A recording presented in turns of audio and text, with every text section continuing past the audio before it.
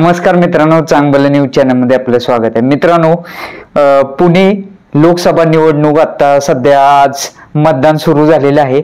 त्याबाबत एक महत्त्वाची अपडेट घेऊन आलेलो आहोत, तर व्हिडिओ शेवट पण नक्की बघा. पुणे म्हणजे दुपारी 1 ते 4 सर्व काही बंद असा वर्षानुवर्षाचा रूढ असलेला समज. पुणेकर दुपारच्या जेवणानंतर वाम कोक्षी घेतात. यावरून होणारे विनोद आणि मीम्स सोशल मीडियाला नवीन नाहीत. मात्र मतदानाच्या दिवशी पुणेकरांनी या समजाला हरताळ फासले आहे. कारण पुण्यातील काही मतदान केंद्रावर दुपारच्या वेळेतच मतदाराच्या रांगा लागलेल्याचं चित्र पाहायला मिळालं. लोकसभा निवडणुकीच्या मतदानास सोमवारी सकाळपासून सुरुवात झाली. पुण्यात महायुतीतर्फे भाजपकडून मुरलीधर मोहोळ तर महाविकास आघाडीकडून काँग्रेसचे रवींद्र धंगेकर रिंगणात आहेत. सकाळी 7 पासून 9 वाजेपर्यंत म्हणजे 2 तासात 6.61% मतदानाची नोंद झाली होती.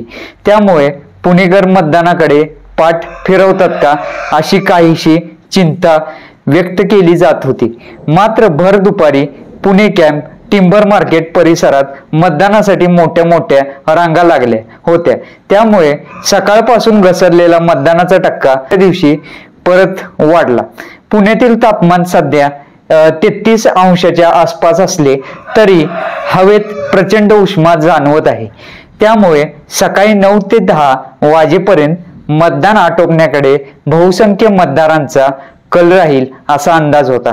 दुपारच्या वेळेस टळटळीत उन्हामध्ये मतदार बाहेर पडण्याची शक्यता फारच कमी दिसत होती. मात्र काही जेवण आटपून मतदानाला बाहेर पडले असल्याचे दिसत आहेत. लोकसभा निवडणुकीचं दुपारी 3 वाजेपर्यंत एकूण मतदान हे 34.60% झालं. त्यातील कसबा पेठमध्ये 35.23% मतदान झालं.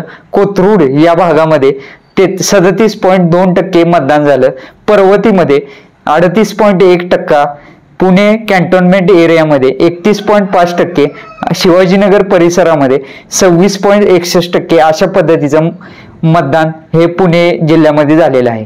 पुणे लोकसभा मतदारसंघात सकाळी 9 वाजेपर्यंत 6.61%, तर दुपारी 1 वाजेपर्यंत 26.48% मतदानाची नोंद झाली होती.